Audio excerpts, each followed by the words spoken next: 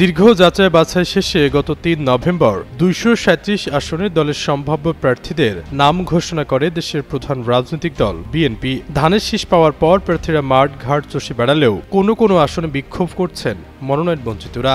সম্ভাব্য একক প্রার্থীদের মাঠের কর্মকাণ্ড গভীরভাবে পর্যালোচনা করছে বিএনপি। বিশেষ করে মনোনয়ন বঞ্চিত ও ত্যাগী নেতাদের সঙ্গে প্রার্থীরা কেমন আচরণ করছেন সে বিষয়টিকেও সর্বাধিক গুরুত্ব দিচ্ছে দলটি। আবার যারা ঐক্য তৈরির উদ্যোগ নিচ্ছেন তাদের প্রচেষ্টায় বাধা দিলে দায়ীদের বিরুদ্ধে কঠোর ব্যবস্থা নেওয়ার সিদ্ধান্ত হয়েছে।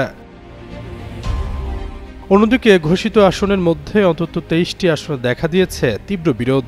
এসব আসনে মনোনয়ন বঞ্চিত নেতারা শক্ত অবস্থানে রয়েছে বলে নির্বাচন সংশ্লিষ্ট বিএনপির দায়িত্বশীল নেতাদের তদন্তে উঠে এসেছে। তাদের মতে পূর্ণ মূল্যায়ন করা না হলে কয়েকজন বঞ্চিত নেতা স্বতন্ত্র প্রার্থী হিসেবে নির্বাচনে নামার আশঙ্কা রয়েছে। এছাড়া রুমিন ফারহানা নির্বাচনী আসন, ব্রাহ্মণবাড়িয়া ২ সহ বেশ কয়েকটি হেভিওয়েট প্রার্থীর মনোনয়ন এখনও চূড়ান্ত না করা নিয়ে নেতাদের মধ্যে ক্ষোভ রয়েছে। বিএনপির একটি সূত্র জানায়, দলের ঘোষিত প্রার্থী তালিকাকে কেন্দ্র করে বেশ কয়েকটি আসনে তৈরি হওয়া বিবাদ গত কয়েকদিন আরও প্রকাশ্যে এসেছে।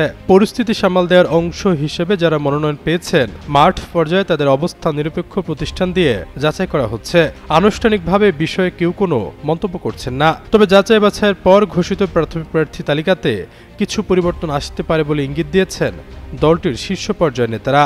সত্যি যদি তালিকায় থাকা ২৩ আসনে মনোনয়ন পরিবর্তন হয় তাহলে সেটা কবে নাগাদ ঘোষণা আসতে পারে এমন প্রশ্নে দলের একটি সূত্র জানায় ২২ নভেম্বর মনোনয়ন পরিবর্তনের বিষয়ে চূড়ান্ত সিদ্ধান্ত আসতে পারে।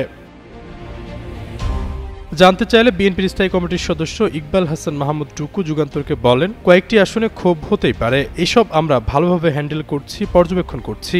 ফাঁকা আসন সব মিত্রদের জন্য রাখা হবে না, এর মধ্যে দলীয় আসনও রয়েছে। সেসব আসনে কয়েকদিনের মধ্যে দলীয় সম্ভাব্য একক প্রার্থী ঘোষণা করা হবে। এদিকে মনোনয়ন বঞ্চিতদের দাবিকে গুরুত্ব দিয়ে দেখছেন দলের শীর্ষ পর্যায়ের নেতারা। এ নিয়ে কয়েকদিন ধরে গুলশান কার্যালয়ে বিএনপির নীতি নির্ধারকরা বৈঠক করছেন। দলটির একাধিক নীতি নির্ধারক জানান, একটি আসনে একাধিক প্রার্থী ছিলেন, তার মধ্যে একজনকে প্রাথমিকভাবে মনোনয়ন দেওয়া সম্ভব হয়েছে, বাকিরা বঞ্চিত হয়েছেন। এই বঞ্চিতদের তালিকায় অনেক যোগ্যরাও রয়েছেন। যারা মনোনয়ন পেয়েছেন তাদের দায়িত্ব হচ্ছে অন্যদের মান ভাঙিয়ে ঐক্য গড়ে তোলা। সেটা করতে ব্যর্থ হলে ধানের শীষের বিজয়ের স্বার্থে প্রার্থী পরিবর্তনের মতো সিদ্ধান্ত নেবে দল। তবে এই পরিবর্তন স্থানীয় নেতাদের মতামত নিয়েই করা হবে।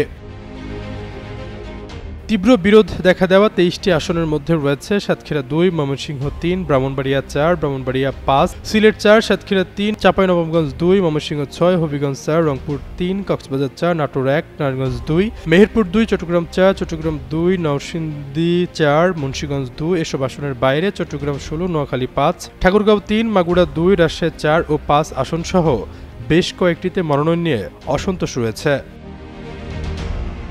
আশরাফুল ইসলাম, যুগান্ত নিউজ।